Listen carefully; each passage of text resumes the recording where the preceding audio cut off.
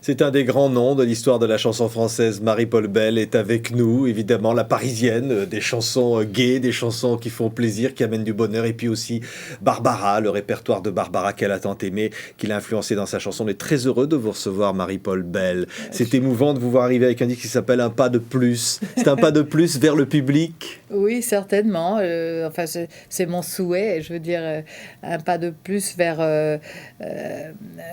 l'émotion, de plus en plus être confidentiel avec eux. Et je veux dire, puisque ce disque est un piano-voix, donc on a épuré au maximum pour que les textes ressortent mieux et que les personnes qui l'écoutent puissent passer du rire aux larmes, comme dans la vie. Ouais, et ça vous ressemble. Quand évidemment il y a eu ce spectacle récital piano-voix avec les chansons de Barbara, on va bien sûr en reparler. Ça a été considéré par la critique comme un grand moment. Et on vous a dit à ce moment-là, avec quel culot, parce que Barbara, elle arrivait sur scène, même son public ne voulait pas qu'elle change une virgule. Et vous êtes arrivé à dire, moi, Marie-Paule Bell, je vais chanter Barbara. Mais c'était un projet que j'avais depuis très très longtemps, depuis l'adolescence en fait. Bien sûr, je voulais le faire du temps de son vivant. Entre-temps, elle nous a quittés et quand on me l'a proposé, c'était 2 ans et demi après sa mort. Mon premier réflexe a été de dire non, les gens sont encore dans le deuil.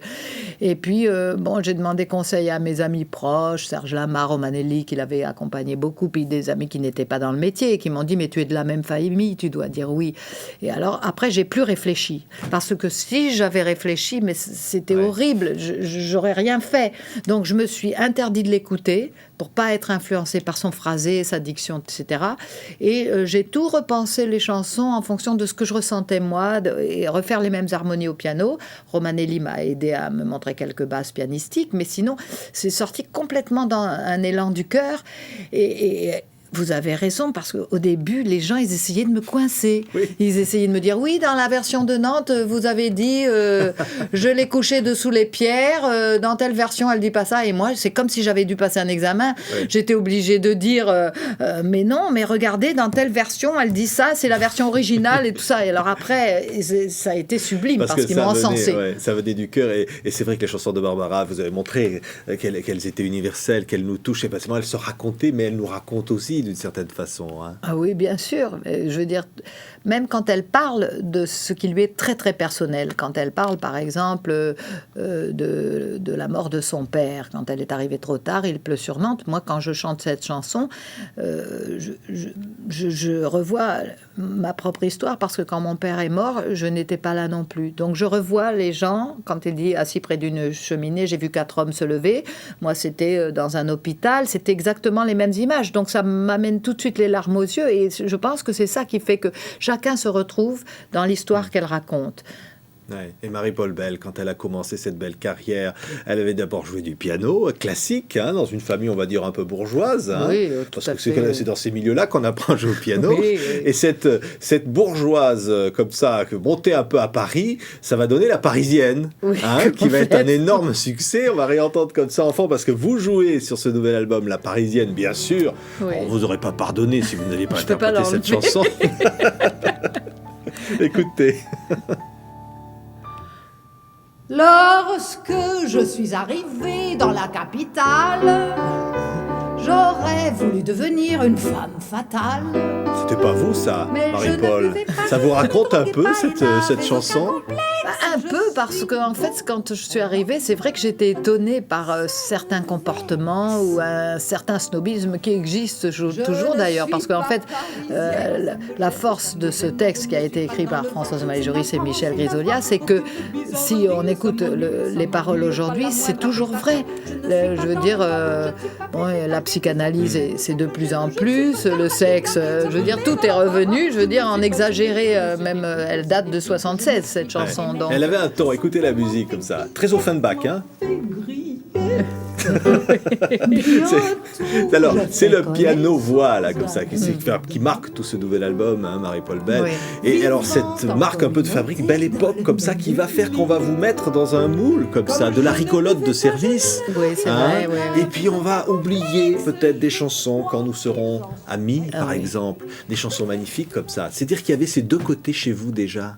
Oui, complètement, tout à fait au début, mais comme la Parisienne a occulté tout le reste, même sur l'album où est La Parisienne, il y avait des chansons comme Celui ou des chansons, même quand nous serons amis, je me demande si c'est pas sur l'album de La Parisienne, je me souviens plus exactement, mais je veux dire, ça prenait le pas, tout ce qui était enlevé, dynamique, drôle, sautillant, réjouissant, c'était tellement différent de ce qui passait en radio à l'époque, parce que c'était l'époque du disco, Gloria Gaynor, etc. On n'avait pas l'habitude d'entendre Françoise Malet-Joris, Michel Grisolia, vos auteurs comme ça, et sur les hit parades, quoi. Voilà, ça a dû surprendre quand même, y compris Malet-Joris d'ailleurs, qui n'était pas... Ben oui, ben elle était très très contente, elle adorait, parce qu'en fait, ce qu'elle dit toujours, c'est que de travailler pour la chanson, déjà, on travaille à plusieurs, on rebondit l'un sur l'autre, donc ça la sort de sa solitude d'écrivain, et en fait, on a beaucoup ri, on vivait ensemble dans ces moments de création fous, quoi. Ouais. Alors des grands moments, et par exemple il y en a eu un récemment, c'était pas avec Serge Lama, on va dire évidemment quelques mots, c'est une immense amitié avec lui, vous allez faire des tournées ensemble, regardez quand il vous a retrouvé, c'était à Bercy. Pour quelqu'un que nous avons beaucoup aimé, Barbara et moi, c'est un secret entre nous et le ciel. Je t'écoute, Marie-Paul.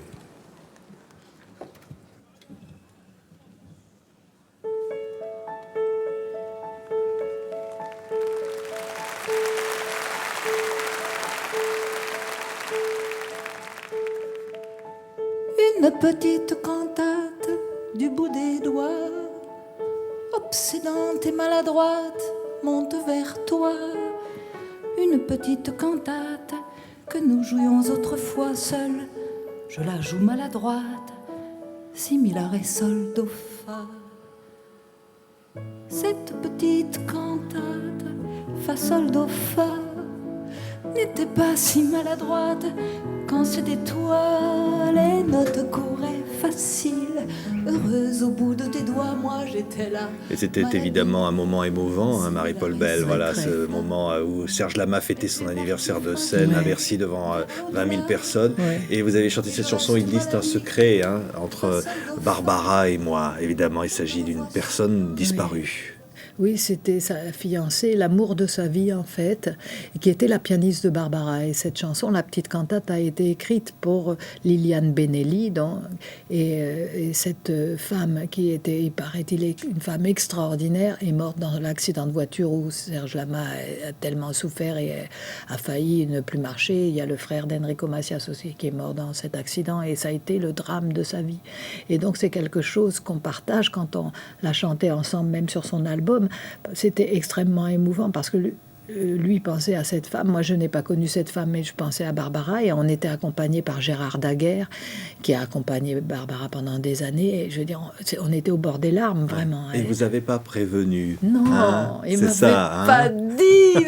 Il m'a dit, si je te l'avais dit, tu serais pas venu tellement tu aurais tremblé. Oui, je suis arrivée comme ça parce qu'on est venu me chercher dans la tribune.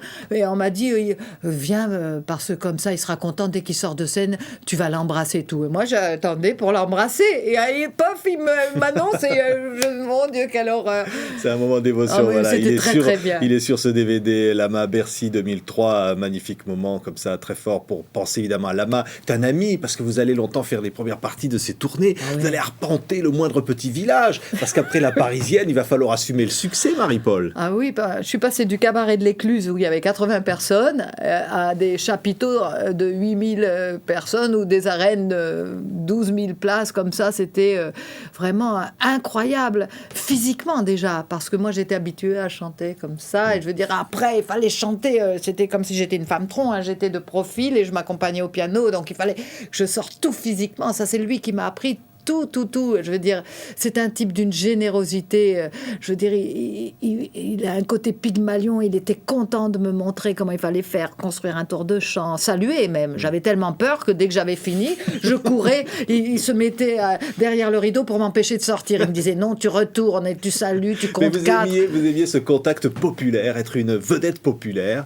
Ah oui, j'ai adoré ça, Ouais. mais j'ai adoré. Mais je l'ai fait pendant des années. J'ai fait ces premières parties à partir de 75, je crois. Et la dernière chose qu'on a partagée, c'était un co-récital en 80 ou 81, je sais plus. Donc ça, pendant des années, il faisait 250 concerts par an. Donc on a vraiment, mais on riait. C'était une ambiance. On avait du plaisir, quoi. Voilà, c'est ça que je veux dire. On était que dans l'artistique. Alors dans toutes les chansons, évidemment, les grands classiques, je veux dire, il y a La Parisienne, mais Bourrelé d'antan, vous allez chanter ça, La Petite Écriture Grise, Nosferatu, Wolfgang, La Complainte des Petits Métiers, voilà, des ballades qui vont nous amener comme ça dans tous ces styles exceptionnels. Et puis sur le nouvel album, donc il y a des chansons nouvelles, avec Jardin Secret, Un pas de plus, par exemple, une chanson sur le thème de l'euthanasie. Oui. C'est-à-dire, vous arrivez à chanter tous les sujets, y compris Classé X, raconte l'histoire d'une ouvreuse de cinéma porno.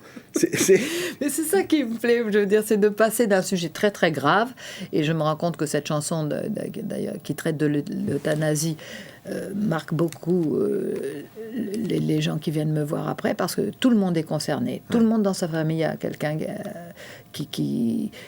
pour qui s'est posé le problème.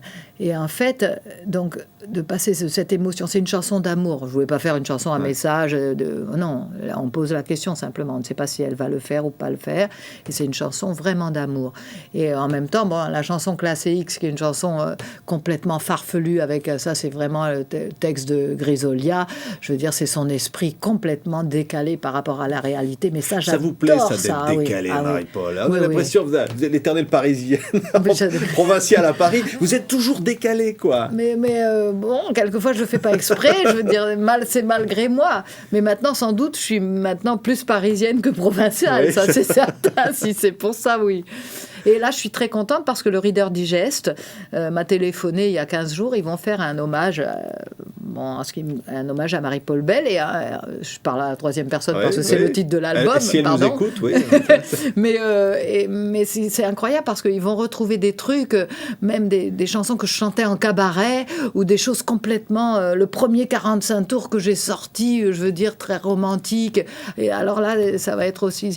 C'est très, très émouvant, je veux dire, de revoir comme ça toutes ces différences et cette période comme ça et qui va de plus en plus vers ce que j'ai donné aujourd'hui, vers l'émotion. Quoi. Ouais, et avec un piano magnifique, votre piano, qui est accordé spécialement pour vous, qui vous accompagne tout au long donc, de ces 24 chansons qui sont sur ce très beau disque. C'est votre univers, parce qu'il n'y en a pas beaucoup, mais vous avez un univers, Marie-Paul Bell. Merci. Il est à vous. Merci d'avoir été avec nous. Vraiment, vous me rendez très, très heureuse et je vous remercie de m'avoir invitée. À bientôt. Une petite cantate du bout des doigts, obsédante et maladroite, monte vers toi. Une petite cantate que nous jouions autrefois seuls. Je la joue maladroite, si mi la ré sol do fa.